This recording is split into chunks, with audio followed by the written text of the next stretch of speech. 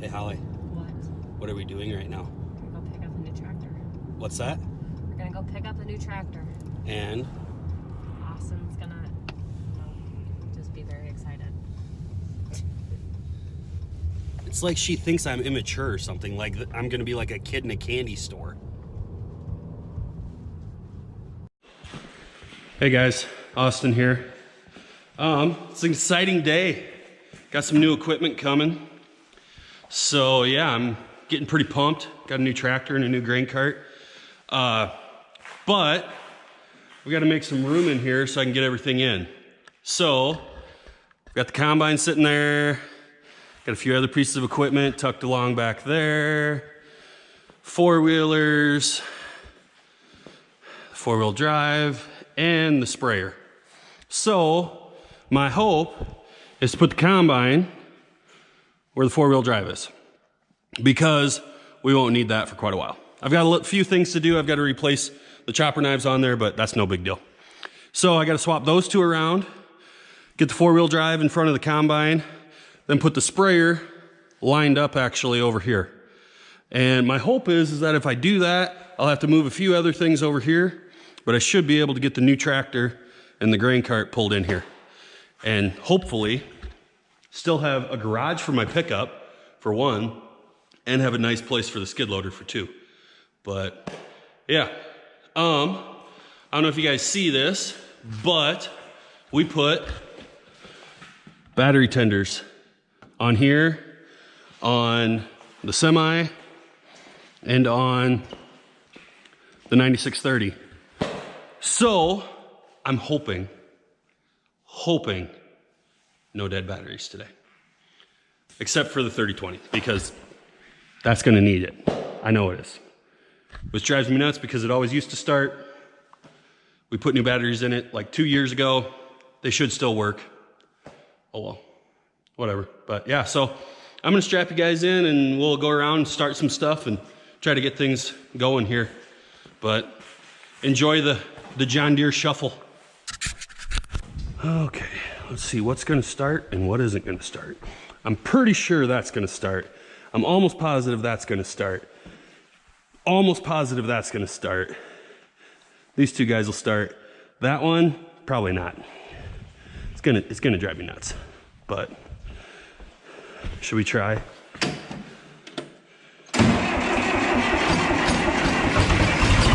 Oh!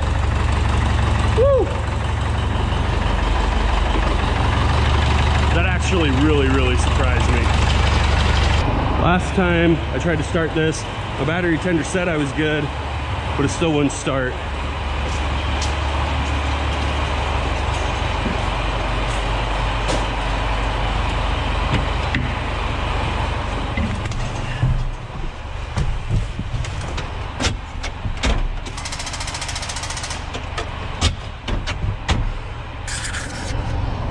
Ugh, great.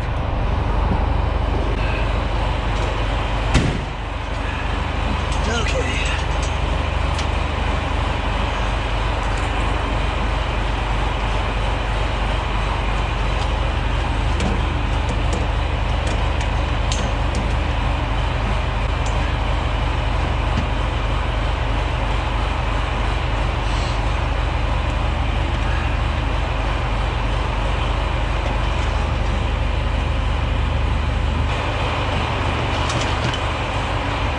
In battery tender's defense, I'm pretty sure that it's the batteries that are shot. I don't think it's the tender's fault. It did work originally.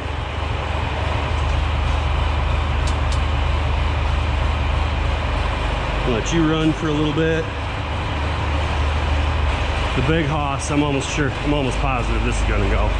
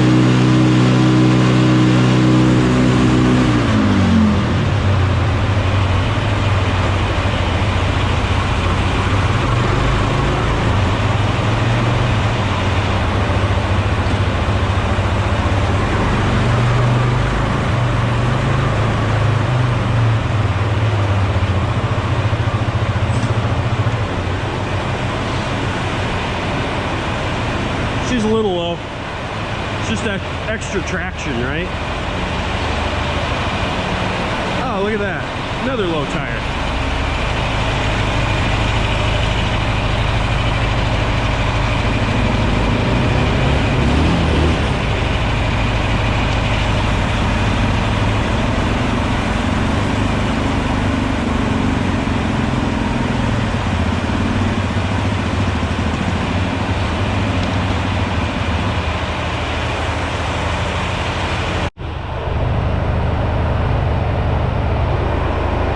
So I don't know if you can see, turn the exhaust fan on, and it was starting to get a little hazy in here. So right up there's vents. It pulls the air down in, sucks it out, tries to suck from up above where hopefully we got a bunch of the exhaust. But yeah, time to see if this one will start.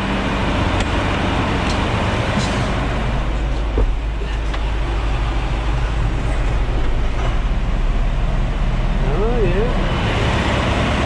She is a little smokier. One to go.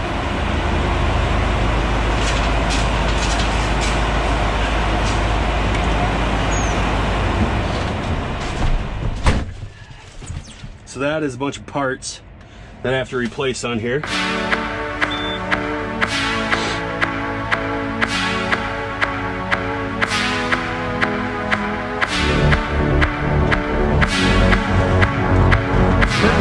Everything's going except the sprayer. So we'll go try that, and if that'll work, start moving all this crap around.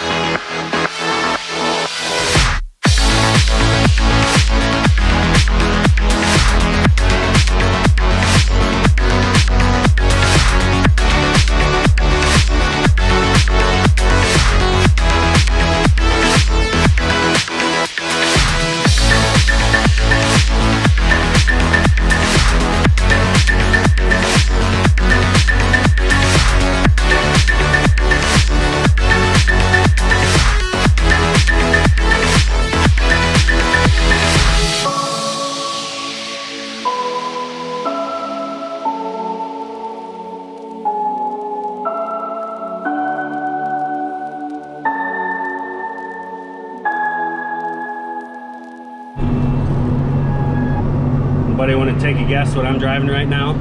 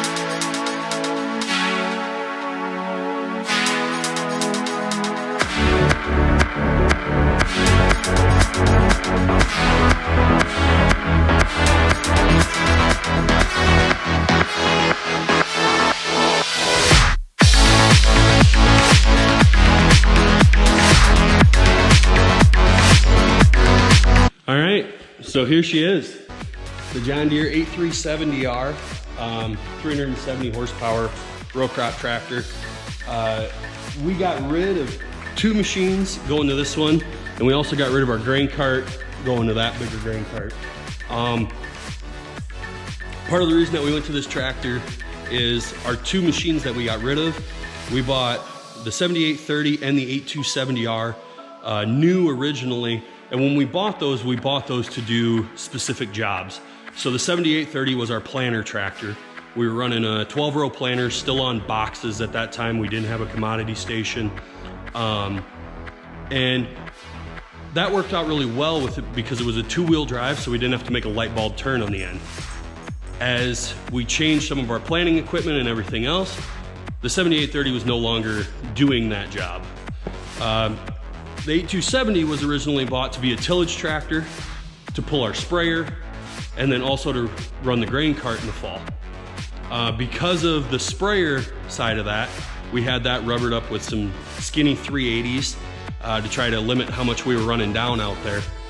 And when we went to the 4830, the self-propelled sprayer, we didn't need that skinny tire option anymore. And it also was limiting some of our traction while we were trying to do tillage with it. So we made some changes to how we were doing our tillage, and now the 8270 no longer needed to be a tillage tractor, and it started pulling our planter. Well, we went to a 16-row John Deere Exact-Emerge planter, which, for those of you that don't know, Exact-Emerge is the use of a brush belt system and electric drive that allows us to plant at higher speeds. And with that, we live in an area where we have some slightly rolling hills. They're really not big, but we do have several terraces on them and things like that, trying to prevent erosion and prevent nutrient runoff and those types of things. And what was happening was we weren't able to capture the benefit of that planter and plant at those higher speeds when conditions allowed, because we were running out of horsepower on the hills. So our hope is that this machine will allow us to pull the planter at a speed that allows us to really capture that benefit. We figure we've spent the money on that side of it. We were gonna have to do something with getting a bigger, higher horsepower row crop tractor eventually anyway. So we're hoping that this is gonna solve that problem, which I don't see any reason that it shouldn't. The other thing is going to the bigger grain cart.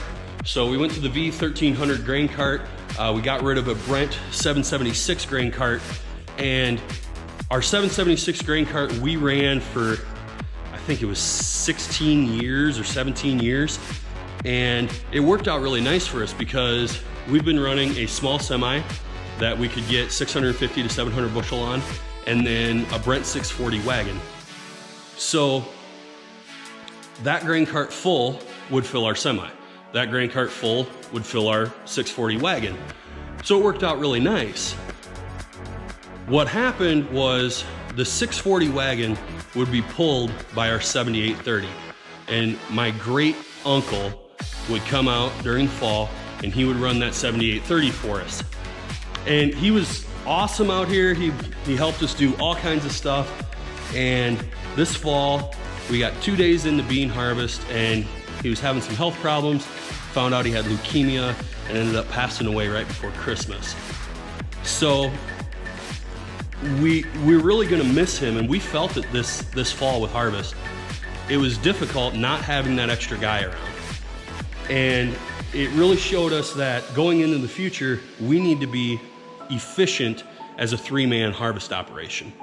So our hope is to go to a full-size semi, and we want to make sure that when we go to the semi, we can go with a full load, as long as ground conditions allow that.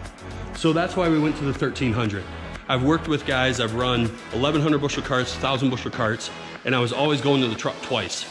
And my thought was, if I'm going to the truck twice, we might as well stick with our 700 bushel cart that has served us well. We had nothing done on that thing in all the time that we had it. But if I'm going to the cart twice, I don't need to haul a big cart around. This, hopefully, I can always get a load on that. So that way, I can only be going to the truck one time with a load. Yeah, so that's a little bit of why we kind of went this route. I hope you guys like it. If you have any questions or anything like that, please feel free to ask. Comment down below and I will do my best to respond to everybody. Otherwise, if you like what you see, hit that like button and don't forget to subscribe. We'll see you guys later.